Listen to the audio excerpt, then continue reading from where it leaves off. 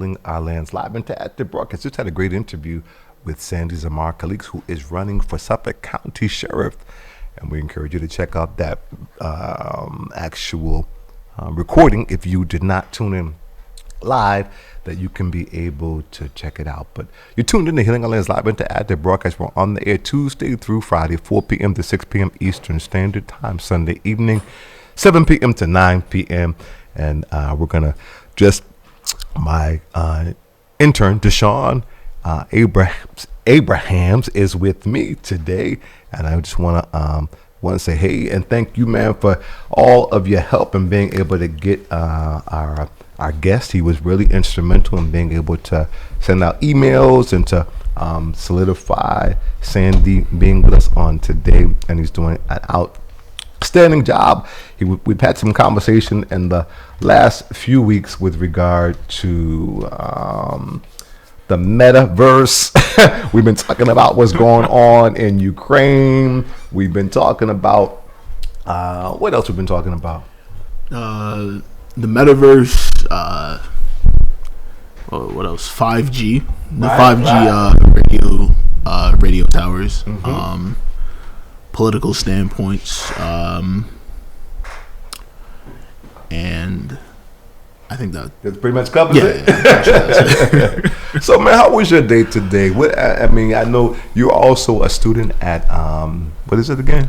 Boston Day and Evening Academy. So, how was your day today? What did you guys talk about today? What did you learn today? Essentially, today, I'm just working on figuring out like what career I can go and pursue before I graduate. And another topic that we went toward was like a big issue right now in Boston public schools is the attendance for students. Oh, really? All around. What they were talking about originally, or what they brought up during these small community hours, were how would students increase their attendance because of COVID and how it is now. A lot of students aren't necessarily going to classes and or have the motivation to go to classes or talk to their teachers and attend online Zoom. That's been an issue for a little bit because of the whole pandemic. So they're still trying to figure out ways to implement into their schools and classes to interact with students that have these complications. Wow, that's interesting, and I'm so. What have been some of the solutions or strategy? What do you think some of the things that people can do to be able to address that? Certain things, in my opinion, I'd say the school would definitely have to find ways to help motivate certain students to push forward and complete like X amount of classes before the year, or X amount of classes within the season or trimester. And they've been listing certain ideas like incentives, like, oh, if you were to have, I don't know, let's say within a semester, you have your attendance is above 50% or above 60%. They would draw in incentives like gift cards, like little shout outs, like few prizes and stuff like that. And in a sense it works, but only for that short amount of time until students then would stop joining or would not attend certain. So it only lasts as long as the incentive. Once they get the incentive, they'll fall back into because it's really that's the incentive is what it is, but there's not a sustained incentive. Is what I think I hear you saying. Yes, exactly. So what do you think could be a sustained incentive? Right now, an idea that they brought up a little bit right before like everyone left was certain students that essentially helped benefit going to school in person instead of doing classes online, because a majority of students would take their classes online, and because of the fact that it's online, certain students would have the idea of, it's online. If I miss anything, it's fine. I'll just email my teacher. But then they procrastinate and then end up forgetting emailing their teachers or contacting their teachers or doing their work all in a whole. So it's like weeks and weeks and weeks and weeks and weeks of doing this whole procrastination, and they're far, far, far behind. So one thing that they were saying is for students that benefit going into class in person, definitely share out certain stories that would help benefit other students to get out of the whole mindset of being, or out of the mindset of lack of motivation to go to school or even do anything in terms of school. Now when the pandemic started, right, I was one of those students. I literally, it was just lack of motivation. It was more of a sense of, oh man, I could go online whenever, sure, within these hour time frames. But then I'd procrastinate and definitely like completely forget or get absorbed into something else than going to class. Now, through this happening, through a little bit halfway through the pandemic, my attendance dropped dramatically. My attendance was literally like 5%, right? To the point where it was like on the verge of, hey, are you still a student here? Like, what's going on? Like, are you planning on dropping out? What's going on, right? And I'm thankful for one day this call from one of my teachers. She called in. She was like, oh, hey, we're starting up a program, an in-school program, essentially, to help students, get past through their classes and stuff like that, to progress through and finish up classes and do other programs to help boost everything else that you need finished. And I was like, okay, I'm interested, because right now it's it's looking really terrible, for me in terms of like classwork and etc. And within that following week, I was told to go into the school and make a schedule. I do this, and after making the schedule, at first I'm skeptical. I'm like, okay, it's nice going into areas, because you remember that, like, in the midst of the pandemic, no one went anywhere. Like, everyone was inside, right, and no one was moving anywhere. And me going outside again, it was really uncomfortable in a sense, because everyone had to wear masks. Everyone was very separated from each other, separated from each other, and etc. Right? And through that, I after signing up from the program, a couple weeks into the program, I'm starting to get a feel of, okay, wait, hold on, this isn't too bad. This is like before the pandemic, in a sense. This is like, okay, I go to this program, I do one class, that class benefited for other classes. So I had a stack of assignments and tests and projects, and I crammed all of it together to the point where my attendance from 5% boosted up to all the way to 85% within a couple months. And through that, my participation, my grades, my classes, they're practically every single class is done, like, to the point where to put in perspective, right, my attendance was 5% of September. This September, like last September, a couple months ago, right? And because of the fact that my attendance was September, they were like, oh, he's not going to graduate until 2024, because of the whole lack of attending classes and stuff like that. Now, within that same time frame that they told me, because of my attendance is low, I kept on grinding, I kept on pushing, to the point where right now, in June, I'm graduating. Congratulations. Thank you. That's incredible, man. That's incredible. And with you, is that something that is specifically within the context of the school that you go to, the Boston Day and Evening Academy? Yes, that's specifically within the context of my school, because of the fact that it's an alternative school. So because of the fact that it's an alternative school, they would literally cram in a lot of subjects at once to give credit for each and every other subject that wasn't completed for the student. Wow. Yeah. So the alternative becomes a place that when people are struggling and having difficulty in the Boston public school system, this is an alternative to be able. And so how did you find out about this particular school? I figured out about the school around when I was in 10th grade. Now, most of my friends in the 10th grade, they, the casual and slackers, coming in and out of class, walking in the halls, skipping class, going to lunch, blah, blah, blah, blah, blah, right? So my friends, they were, at the time, they were pitching the idea of going to this school because of the fact that the school had more resources to work with than the previous school that I went to. Now, I don't want to bash the previous school that I went to, but it's a public school. Yeah, exactly. It is a Boston public school, and that school in particular, the school that I went to prior, it, in my honest opinion, didn't necessarily gave any of the resources that I have now, right? Like in terms of student support, in terms of contacting teachers, in terms of in a sense, or in a whole, communication, right?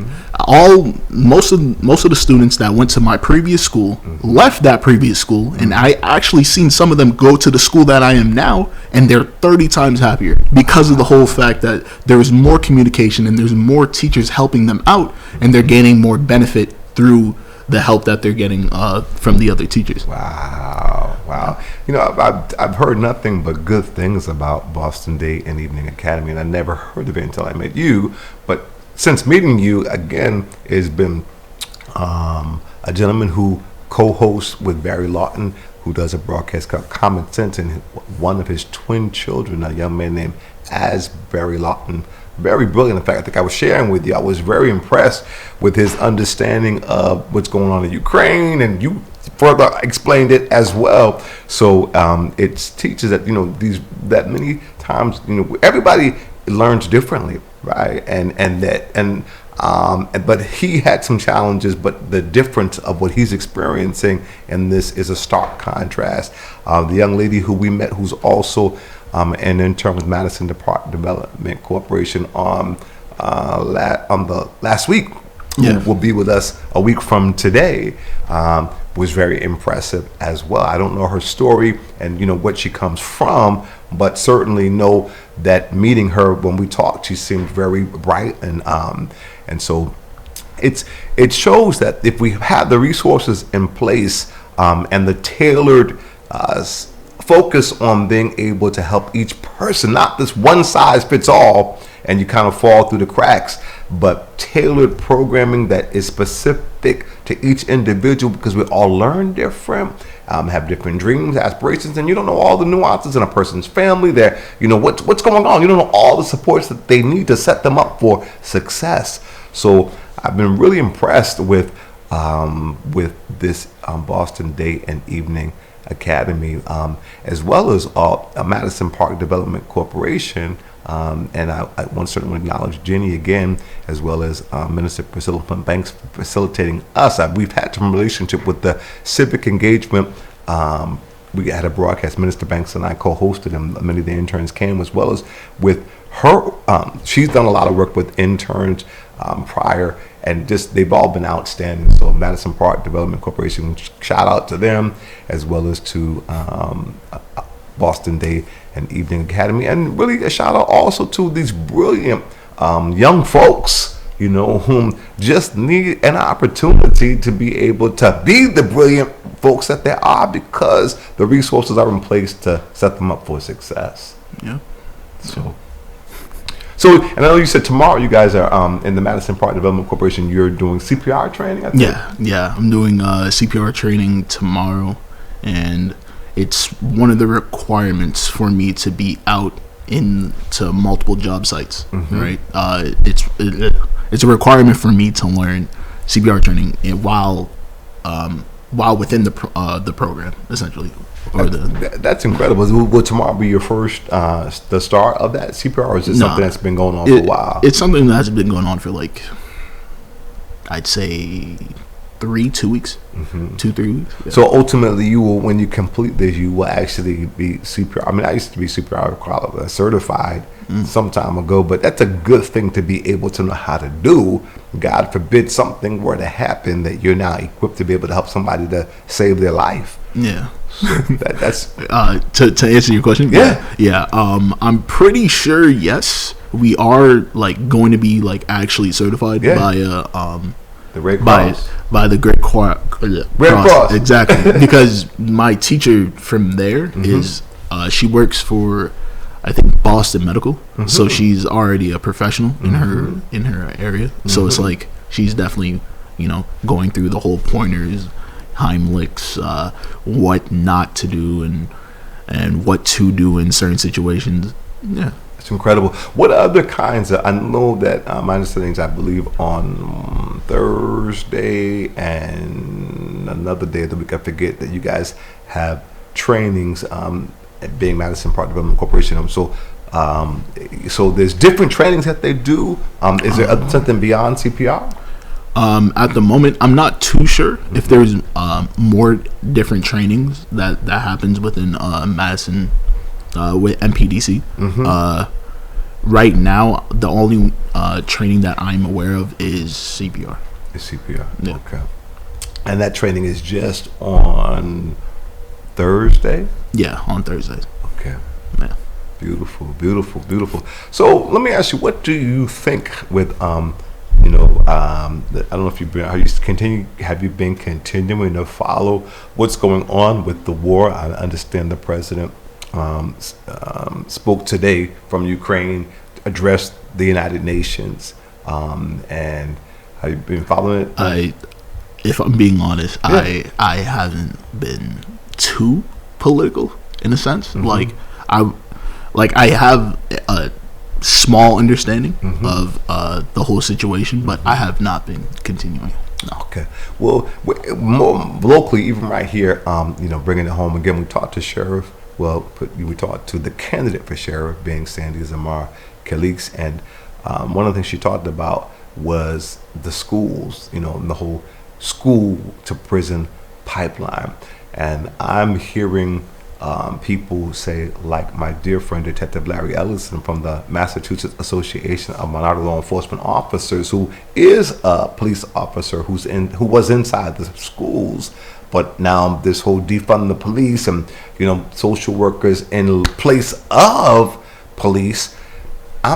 He's saying, and I'm hearing, and it was on the news yesterday at Ashmont Station. There was a stabbing. A bunch of kids. Did you hear about that? I heard. Yes, I heard. My little brother, he was he transports from, like, he goes to Up Academy Dorchester, so that's like a little bit down from Codman Square. So he would take the 23 going over to Ashmont, and from him going to Ashmont going home, he saw a lot of police officers and a lot of tapings, and I'm assuming either him or his friends explained it to him what happened. So I told him, hey, definitely be careful on commuting home because of the certain situations that are going on. And so the violence, right? And I'm hearing that the schools now, because of the absence of the police presence, is really like they're war zones. I mean, and I don't know if that's accurate. But this is what I'm hearing: the fights, the violence that is just, pervasive because there is no police presence. So many people are feeling like, again, my perspective is you do need both. Social workers have their place, mental health and schools, kind of things that we do need folks in place to respond to that. But I think there's a place and there's a role for police who are not, again, I think it's a type of police. If it's a police that you have relationship with, that you respect, that's respecting you, as opposed to police who are just kind of this militarization, where they're just there and they're like, being mean and not engaging you, and they're just like, militarized with guns. And I think it needs to be more of a community. But I'm curious to hear your perspective. What do you think? In terms of the policing? The police, yeah. Police presence. Wow. If I'm being honest, I'm neutral in a sense. I haven't necessarily saw an issue with the policing within Boston. I never saw an issue, like nothing positive or negative, really. Like, it's just more of how can I phrase it, like, in your ear and out your ear. in a sense, right? Whenever I hear Boston police, right, like there was never really an issue, or I never seen an issue, or never saw a positive outcome from them. It's really Positive or negative. Did you see police presence in your schools? One, is there police presence in Boston Day and Evening Academy, and two, were there presence in the school that you went to prior? Honestly, no, I have Neither. not. I have not. From even when I was like in 9th, 10th grade, like there was no sign of police. Really? If I'm being honest, there was really hardly ever police anywhere. And how about violence? And in terms of violence, I think from back then, I would say that I would hear stories of like certain situations happening. More of, I didn't hear of situations de-escalating because of the police, or like I'd say that because of these situations, the police neither stopped the issue or caused the issue. Right? It's just more of, oh, I heard this, he and did this there, da da da da da. But other than that, that's really it. Like no arrests, no wrongful. No wrongful arrests, no police shootings. I didn't. So let me be clear. So one, you did not really see an ongoing presence of police within your experience of being in the public school system or the Boston Day and Evening Academy. You didn't see presence. Yeah, no. And with regard to violence, you're saying you heard of violence. Yeah, I heard of violence, but you never witnessed it firsthand. Yeah. And so with what you heard about the violence, you did hear that there were, then a response to that is that police manifest, but you did never, and so I heard you say wrongful arrest. So were there arrests? Were there or to add on, right? Like in the sense of there were no, or to explain wrongful arrest, like there were like no like senses of issues like from what the police are doing, right? Like in the sense of, this guy was wrongfully convicted because of an action he didn't do, right? Like I never heard of stories like that. So it's like the police aren't doing anything. In my opinion, the police aren't doing anything, and they're not doing anything like in terms of protecting and serving, right? They're, in my opinion, they're not doing anything. In terms of wrongfully convicting people, they're not doing it. They're not doing that. So it's like they're in a state of neutral ground, or like in the gray area, right? It's like they're doing nothing positive or negative, right? It's just they're there, in my honest opinion. Interesting. Very interesting. Yeah, very interesting. So shifting gears beyond the police, I'm curious with regard to, have you done any more research with regard to the G5 or the metaverse, or have any more understanding with regard to those two? I didn't find anything else in terms of the 5G radio towers. In terms of the metaverse, I think situations with that isn't necessarily going. I think everything's at a standstill at this point, in my honest opinion. But everything's at a standstill with regard to in terms of like 5G towers, the metaverse. I haven't really heard any updates on either or.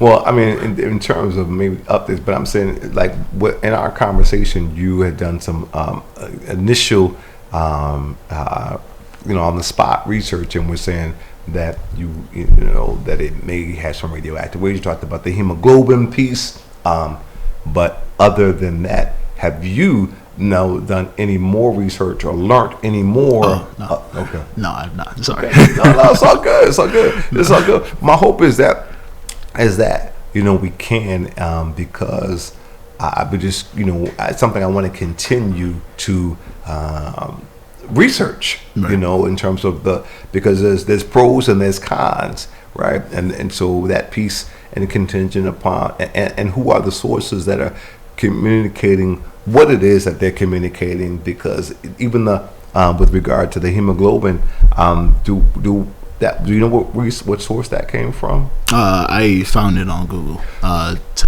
to the 5G radio towers and how it's affecting individuals' oxygen cells and proteins. And they denounced it, saying hemoglobins. Yeah.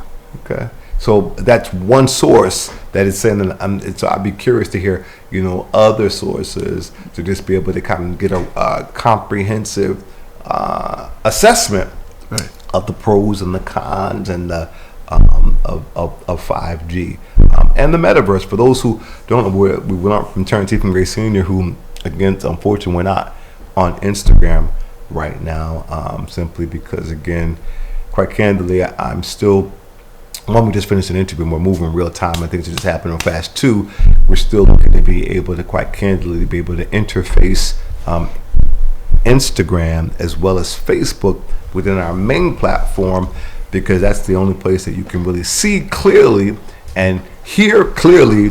Jashaun and myself is on our main webpage, www.bostonpraiseradio.tv. So I am doing my Facebook live feed, but unfortunately folks are only able to see me and to hear me, and they may hear you a little bit but not really clear. So and so I haven't done the Instagram feed because of that same thing, that they really want people to hear you or see you.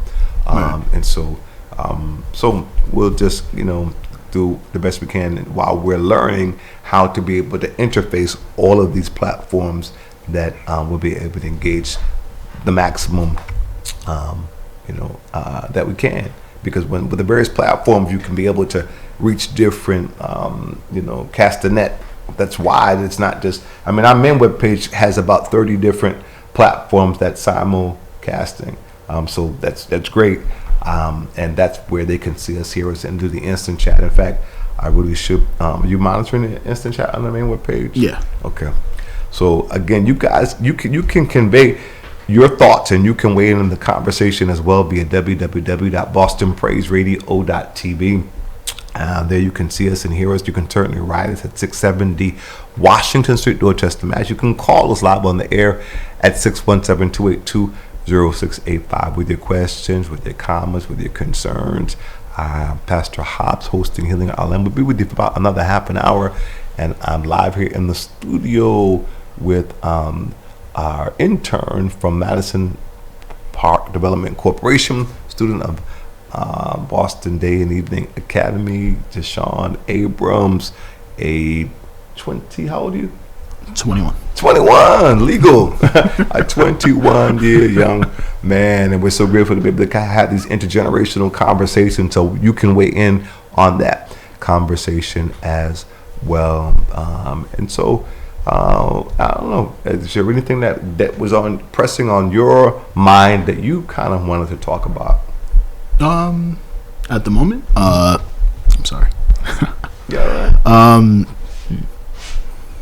I don't know. I'd say just a whole spew of things. It's like music taste. Yeah. What is your music taste? I listen to practically anything at this point. But I don't listen to like rock music or anything like that. No, like rock music, like metal and all that. Like when they're like low pitch screaming. Like no, I can't don't stand care it. for that. Yeah, I can't stand it. In my honest opinion. But other than that,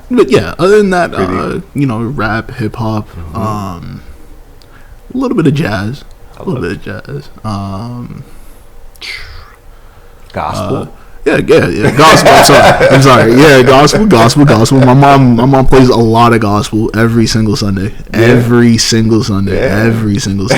Like, sometimes it don't even have to be Sunday. Sometimes it's like 8:00, and I'd assume that she would be about to sleep, but it's just, you just hear her like blast her gospel on her laptop, and through her room, it's like throughout me and my brother's room, and like throughout the whole hall. So we're like, okay, yeah, she's jamming out, it's fine. Listen to a lot of hip hop, a lot of R&B. Forget about R&B. You know, one thing that my friend, he listens to a lot of like old school hip hop and old school rap, and you know, I try to go and listen to them, but you know, I can sit down and listen to them, but it's like he knows a lot more than me in terms of music artists and like different musical tastes. So you know, that plays its own route. You know, I try to understand it, but it's too far gone. With one thing I'd say with how like music is being presented now, it's like, for instance, an app that's blowing up, not even recently, but you know, throughout the whole pandemic that's been blowing up, is TikTok. Okay. I'm pretty sure you heard, right, TikTok, right? Now certain artists within TikTok would make music into like a small like bits and clips and put it within the app. Now because they put certain clips and bits within their song into TikTok, certain creators within TikTok would use those like music bits in making it like throughout their own creative way, like whether they use that song bit for comedy, information, random facts, and you know, multiple other content things. And a lot of people or a lot of artists that essentially put their clips within TikTok, that artist would get a lot of attraction. So it's really different. It's really different to how I'd say it's really fast on how this generation would definitely explode with traction toward their music and other creative ideas, compared to, you know, back then. It's like you would have to have networking, right? It's like, oh, hey, here's my song, listen to my song, and then if they like it, they'd spread the song, or they would tell a friend to tell a friend to tell a friend to tell a friend, and then that would be their traction. And you know, right now, to compare the whole situation now, it's like there's not necessarily a lot of networking now. It's just using, or there are networking, there is networking, but I'd say social media is literally their own network, right? And which would make things a lot faster and stuff like that. So that's one thing I'm starting to notice a lot about social media, and it's crazy. Yeah. And so what is your feeling with regard to I mean, you talked a little bit before about the pandemic and being home and you know, doing stuff on Zoom for education and so forth. Do you feel that because of the pandemic and people have been, I said you said initially you didn't want to come back going into the actual brick and mortar space, and even doing the work at home was you know, one you kind of, you know, wanted to procrastinate with. So do you find, you've also shared how, you know, the specific resources and things that you have inside this particular school have helped you to excel and do so much more better, and want to come and want to consistently, you know, reach your goal, which is ultimately graduation, and learn what you need to learn, as opposed to just graduating and not really still learning the things you need to learn. Like Cindy was saying today, people can push them through and they can be graduate, but still don't have the basic things, understanding what they need to have, or skill sets to really be productive optimally in society. So do you feel as though with this technological age, we talk about the trade-off of, you know, of technology and 5G, and everything kind of wants to go faster. Everything kind of wants to go with the metaverse. It's constantly changing. The technology is changing. So we learned from Terrence Ephraim Gracine that the next wave for the 10 years is going to be the metaverse. And we're seeing meta on everything from Facebook to Instagram. And so you see people who seem to be, you know, so connected with their earbuds, with their phones. Everybody's like this, you know. People are not really engaging each other, even when they're in the same room, and they're, you know, you can text somebody and supposed to communicating with somebody. So do you feel as though with the technology that there is a downside of it, that people can become connected to these devices and lose the real ability to be present and fully engaging, and the social skills and things that we need to be able, interpersonal skills to engage each other. Yes. Out of everything that you just said, yes, is completely true. I feel like a lot of I'd say like a lot of people now, like, trying to gain a grasp of the newer generation and how the newer generation operates, like, while being everything on social media. I feel like a lot of people would essentially go toward or be absorbed, exactly what you said, be absorbed in their phones because of social media, because of how fast and instant and more what's the word more accessible, in a sense. Very, very accessible, very, very, very accessible to speak, or to speak to others, or to understand certain topics, or to even like I said this a little bit ago, like a couple weeks ago, like to essentially, whenever, or to add on to that, right, whenever you're on social media, right, there are multiple things that you see. You would see, one, how someone's house layout is, right, and dream houses, or dream rooms, or dream renovations, right. You would see someone's dream car, like very expensive sports car and stuff like that, and different customizations within the car. You would see vacation spots, like very luxurious areas, hotel areas, tropical islands and stuff like that you would really want to go to. Now, within every single one of those topics, you only see perfection. You only see perfection. Right now, social media plays with people, in a sense. If you get too developed into it, if you get too much into social media, it would literally play with your minds to say, hey man, dang, I really should have or I really should work toward my goal to be at that vacation area, or I should work to my goal to essentially get that luxury car, or live that type of life, right? It's like social media is only full of perfect things, right? And a lot of people do get absorbed into it, and definitely fall like deep under a whole like sense of depression and stuff like that, in terms of them not getting exactly what they want, right?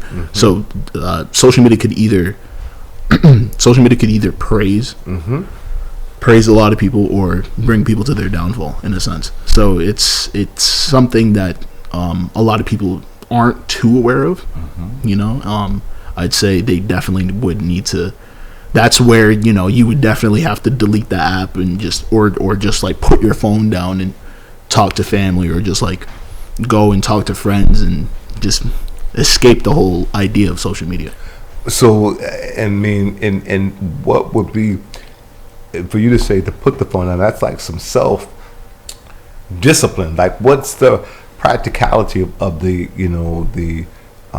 discipline for a young person, a millennial, to take the initiative and recognize, I need to disconnect and I'm going to stop because I need to be engaged? Is that something that you think really more has to be kind of facilitated and encouraged, or by maybe grown folks or other folks who were saying, okay, stop the phones, but we're going to, for this moment? Do you think that it has to be something that has to be suggested, imposed, or something that you feel is something that you yourself and or your peers would just recognize that this is becoming too much and I need to disconnect from it, and I'm going to disconnect from it because and I'm going to discipline myself to pull myself out of this and set that down because I need to do that? Yes, most definitely. I think it's more of like a self-reflection, right? It's or to add on, right, it's like when you feel like you're at a sense of, wow, I can't necessarily go here or do this or be like this, right? Or whatever your idea thinks is perfect, right? That's definitely where you would definitely need to take a break from social media and understand that you're in this position for a reason, right? You're working toward what you're working toward for a reason. Like, you need to reevaluate yourself in a sense, right? That's where I, for example, where within the pandemic, that's where I had a self-realization, right? It's like, okay, this is a lot going on social media. Like, oh man, this person is going there. This person is going over there because their mandate got changed. And they don't have to wear masks or not worry about COVID within a sense, right? So, you would be over there, like, in your room or, in your house, just like, oh man, he gets to go here or she gets to go here and do this and this, or he got to go buy this and she got to buy that, right? That's where, a whole idea of self-reflection hits in my opinion, right? So that's where you would definitely have to put the phone down. And again, do you think that young folks would have the discipline to be able to initiate that on their own? I'd say some young folks would, though, because of the whole fact that we're young, right? We just want to absorb information and absorb like either like different cultures or like different perspectives, I'd say, of people.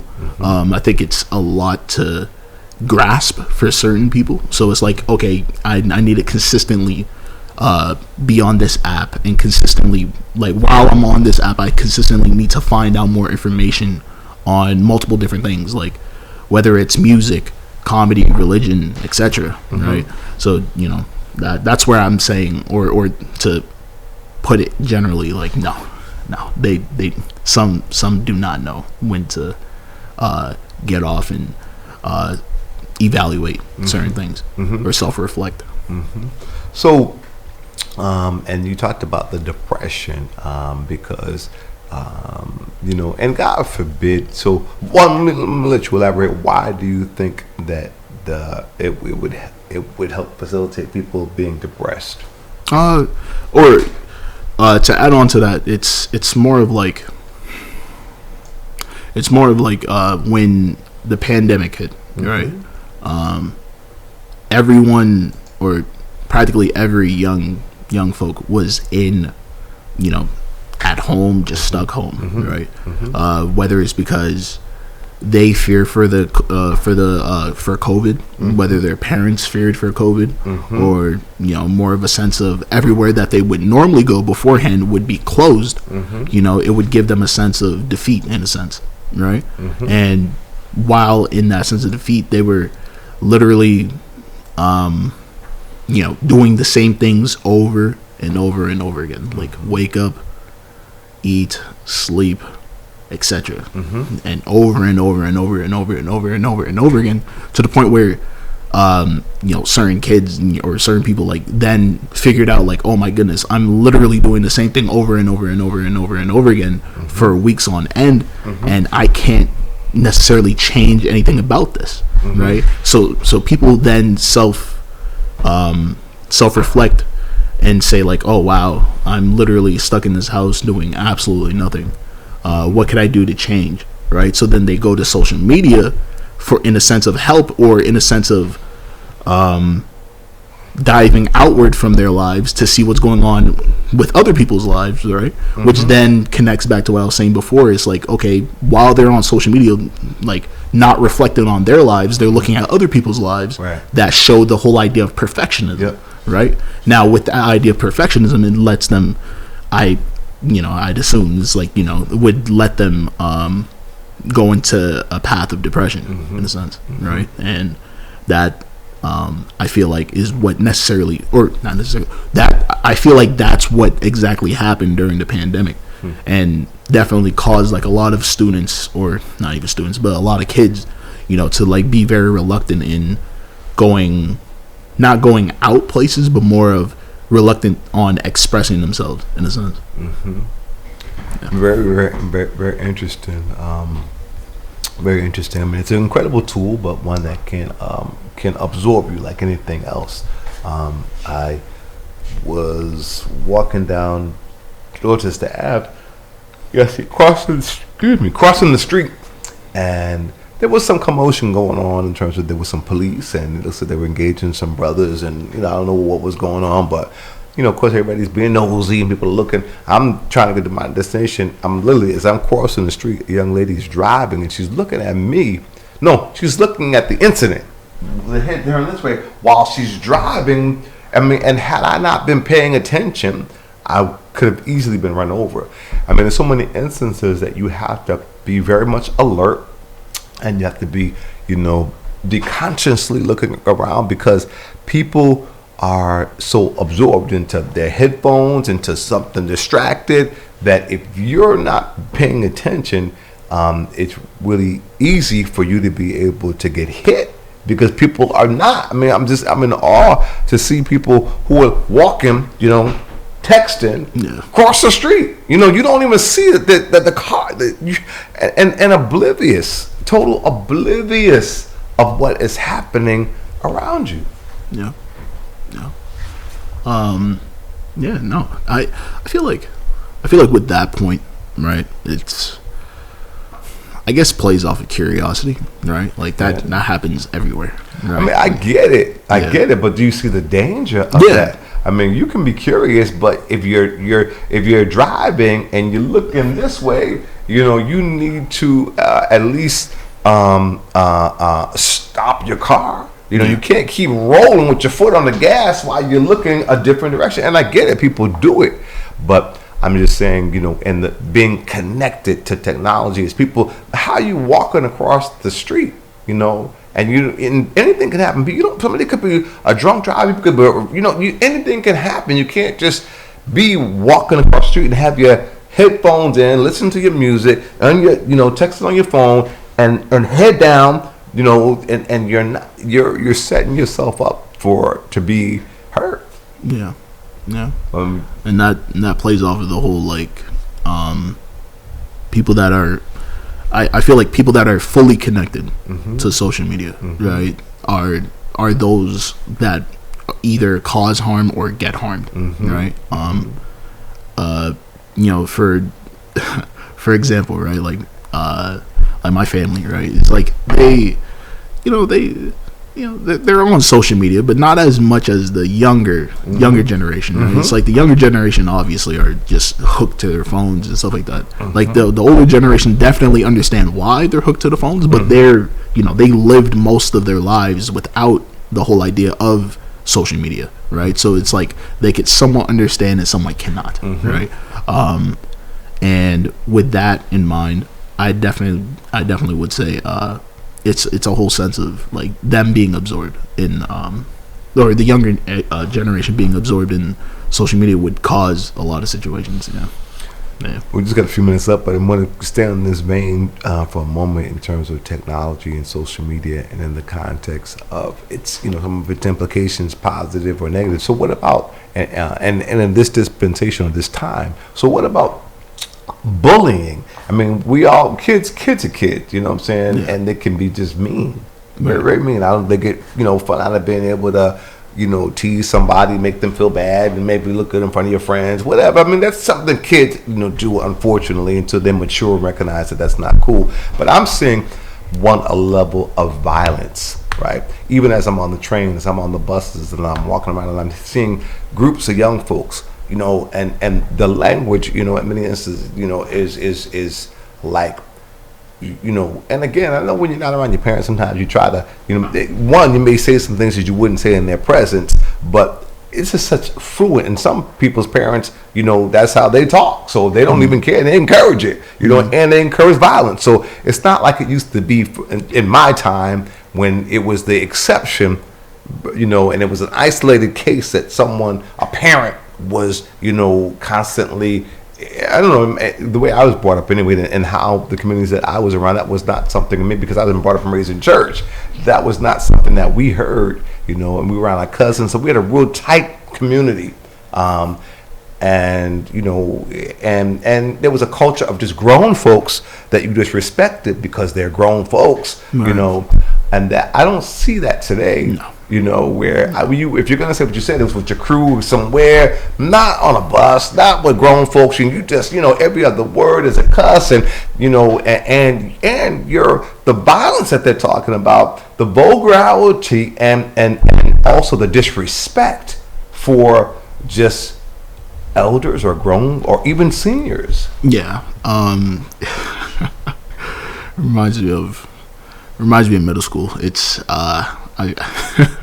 it's bad. I would say that from how I was raised, right? It was always never, and I mean never, never say any form of cuss word or any inclination to a swear word, right? Or anything negative within the household, right? Because it would just throw everyone off, right? It's like everyone is just positive and keeps everything moving, right? It's like, okay, how was your day? Productive. Oh, okay, cool. That's nice. Continuation, right? Now, one thing that I would say is that, or things I would say is, for kids of this generation, they definitely do not care. They don't care what form of surrounding they are in. The only thing they care about is within the group setting that they're in. Now, within the group setting, there's multiple different things. Now, that tone of language, right, is, they would see it as cool, right? It's like, okay, that's what everyone else is saying, so why don't I go and say it, right? Or, his tone is more street, so why don't I speak street or slang, right? It's like, okay, every sentence that I say has to be slang, right? That's just, in my honest opinion, something that's just been in my life the whole time. I can't necessarily say when it started, or I can't necessarily say what caused it to happen. I'd say, actually no, I'd say this. With how it started, I'd say because of social media, in a sense. Me younger, I never had a phone or anything like that. Like, the first time I had a phone was when I was like in 5th grade, right? So throughout that whole duration, I never necessarily had social media to learn off of anything, right? It would always be TV. It would be TV, BET, or like whatever form of movie, right? That's where certain kids been learning slang or different types of tones, right? Now, because of the fact that when they're home, right, they would have, I bring this up with my friends, like whenever I'd recall to the past. It's like, there's two personalities. There is you at home, and there is you outside. Now, while you are outside, you are to build, or kids would build a persona of themselves outside. But however, when they're home, they'll build a persona when they're at home, right? So it's two-faced in a sense, right? So it's something that not students. I keep on saying students. It's something that kids necessarily would try and balance out, right? Until they figure out who they actually are, right? It's like, okay, am I more developed in slang and with my friends and all that, right? Or am I more of how you are at home, like quiet or whatever the case is, right? And I'd say that that's something that kids start to try and figure out, like, at an early age, because of the fact that again, our previous topic is how, like, social media is or not even social media, but yeah, in a sense, like, technologies keep on ramping up and constantly progressively moving, that certain kids have to keep up with the whole idea of technology constantly moving and constantly growing. Like, for example, my brother, now, for example, or when I was growing up, back to the whole topic of me not having a phone, right? Me not having a phone, that's something I realized on my own because of the fact that I'm in public schooling and other students within my grade has phones, right? And so, I feel left out in a sense. So I'm like, oh, wow, how come I don't have a phone, right? So I bring this issue home, and my mom then gets me a phone, a couple years later. And once I do have a phone, I get an understanding of, oh, wow, this phone isn't as fast or responsive as the other kids' phones, right? So that makes kids think, oh wow, I don't have what's better or something equivalent to the other kids, right? So then they bring that home again, that issue at home, and the kids constantly pushing the idea of, oh, I need this, and then the parents feel a little bit of pressured because of the whole idea of, wow, if I don't necessarily have this technology or this clothing or whatever, right, then my kid feels left out, and if my kid is left out, then the kid is going to get bullied. Back to your point with cyberbullying, right? So then the parents would then buy new and improved things so that kid would fit in just for that time being, so that he could essentially grow and adapt with the kids, because the first thing that kids automatically go to and look up to or follow is other kids within their grade. Sure, your peers, right? Your peers, right? Exactly. Right. So, and yes, I mean it's consistent. I mean, peer pressure, that kind of a thing, where people say keeping up with the Joneses. Unfortunately, believe it or not, Jashaun, our time's already gone for tonight. It flies by. People always are feeling like it's gonna be such a challenge to fill up the time, but I want to thank you for being here, man. Thanks for your for your support, and we great conversation. We look forward to seeing you on Friday here, and thank you, our listening and viewing audience, for being with us. God said the same. I'll be back on tomorrow, on Tuesday through Friday, 4 p.m. to 6 p.m. Again, we got some great guests lined up, so please do stay tuned. Some of our programming will be different than just the music that you often maybe hear me doing, the praise and the poems and the writing. So we're also going to be doing interviewing and having dialogue, and doing it both as we build this state of emergency healing and empowering movement. Thank you for being with us, and again, pray for me as I pray for you. God said the same. We'll see you on tomorrow, 4 p.m. to 6 p.m., as well as on Sunday night, 7 p.m. to 9 p.m. Again, thanks, Jashaun. Yep, no problem. Have a good night. Thank you too. To a greater place in thee, Lord, I'm thankful for where you brought me from. Higher.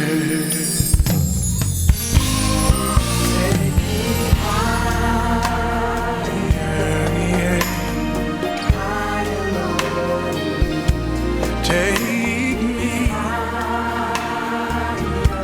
higher. Where I want to be. To a greater place. Lord, I'm thankful for Boston Praise Radio, the voice of the church in New England.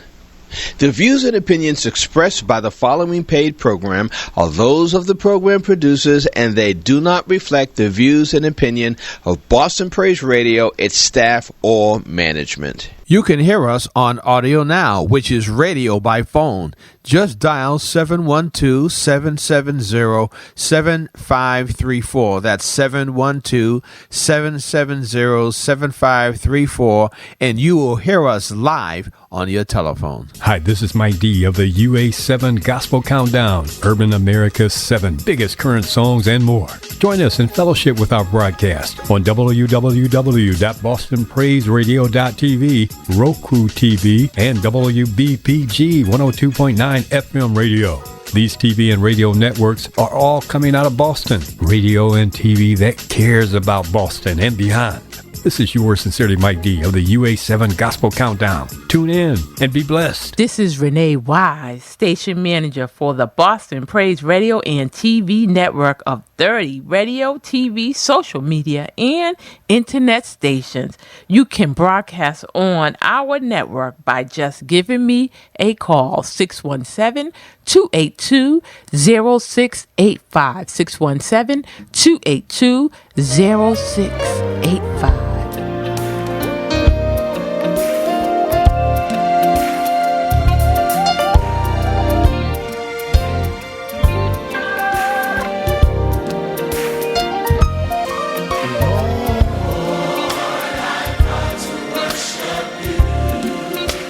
in the good time and the bad.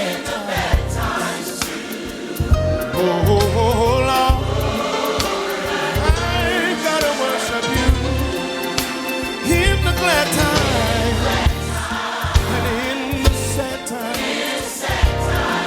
Why? Because you are my strength. Hallelujah. Strong deliverer. You are Lord and my master too. You are my strength and power. Yes, you are. Hallelujah. Oh Lord, I worship you.